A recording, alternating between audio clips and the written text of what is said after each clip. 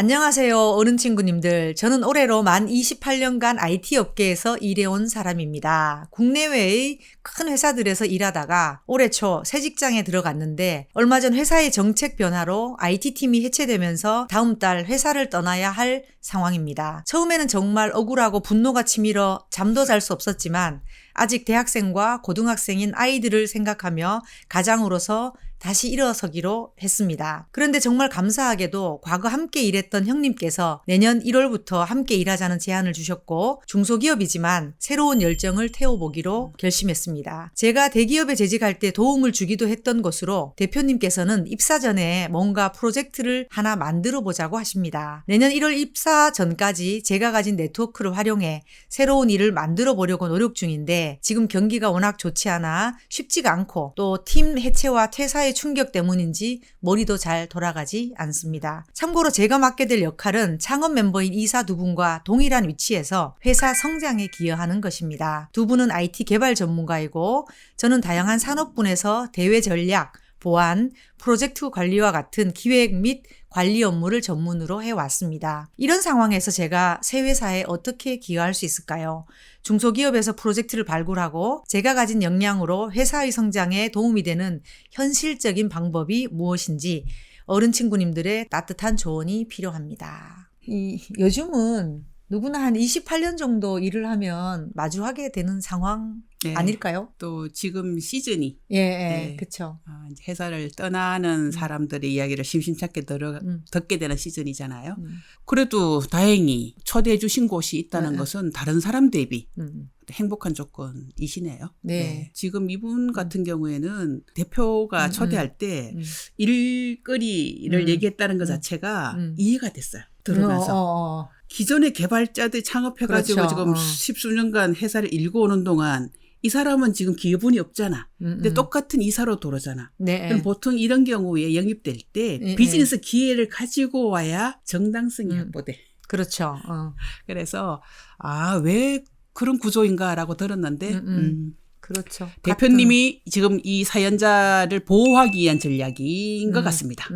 네. 하지만 함정은 저는 그래서 이 대표님이 얘기를 듣고 내가 바로 뭔가를 기여해 라고 생각하면서 되게 이렇게 그 실패할 가능성이 높다라는 거거든요. 성급할 필요는 없다. 그 말씀인 거죠? 네, 맞아요. 이렇게 어프로치 하다가 되게 어려워지는 경우들을 제가 많이 봤어요.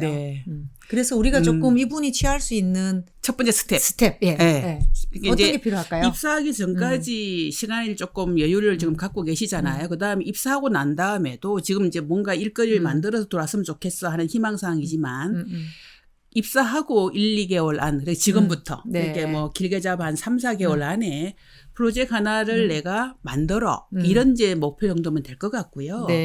입사하는 회사에 제품이라고 해야 되나 서비스라고 해야 되나 팔 물건, 팔 서비스. 예를 들면 개발이면 개발할 수 있는 역량 이런 부분에 대한 스터디? 스터디를 하셔야지 되지 않을까 싶고 우리가 왜 보면 우리가 갖고 있는 서비스를 살 산업군들 있잖아요. 그렇죠. 살만한 그 회사의 사이즈 이런 것들이 보통 나오죠. IT 그렇죠. 같은 서비스 할 때 있습니다. 되면. 제가 보기에는 지금부터 그거 하시는 게 어떨까 싶으네요. 입사하는 회사의 고객군이 될 만한 고객군을 다 이제 섭렵해 보는 거지. 어떤 군이구나. 어떤 정도의 사이즈의 회사들이 우리 고객이 될 수 있겠구나.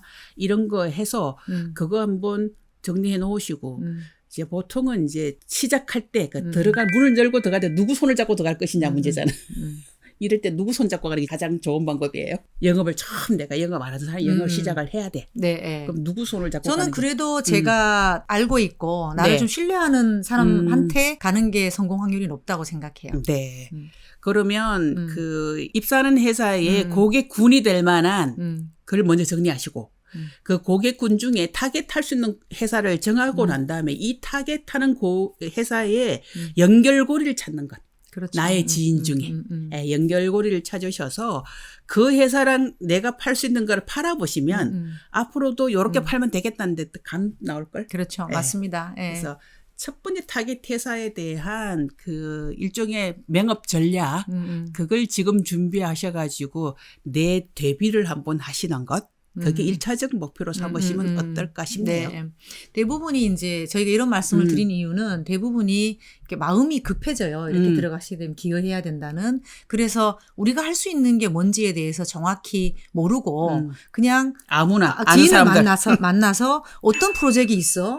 이런 얘기를 듣고 그냥 우리 역량하고 관계없이 연결을 하게 되거든요. 그러면 수주를 하는 확률도 굉장히 떨어지고 만약 하더라도 나중에 그 평판이 안 좋아지게 그렇지. 돼요. 네. 이렇게 도움 드리려고 네. 했더니 네. 결국 이거를 네. 그 딜리버리는 못 하더라. 네. 이렇게 되니까 네. 우선 말씀 주신 대로 네. 우리 회사가 할 수 있는 건 뭔지 네. 또 요 니즈를 요걸 가지고 풀어줄 수 있는 네. 어떤 문제를 가지고 있는 네. 곳은 네. 어떤 곳인지 네. 연결해줄 사람. 예, 연결을 그다음. 잘 해보시는 게 네. 제일 중요할 것 같아요. 네, 그렇게 한번 해보시면 스스로 판단이 드실 거예요. 내가 뭘 더 스타트해야 되는지 아니면 고객군을 좀 더 좁혀야 되는지 이런 부분에 대한 판단이 드실 거니까 지금 막연하게 막 걱정하고 앉아 계시지 마시고 일단 그 회사가 그동안 어느 곳에 서비스 했었고 뭘 서비스할 수 있고 이런 거에 대한 공부하시고 타겟 고객군을 정하시기 바랍니다. 네. 그리고 그래서, 네. 경기가 안 좋으니까요. 저는 이제 큰 거 한 방보다는 작은 걸 먼저 시도해서 마무리하시고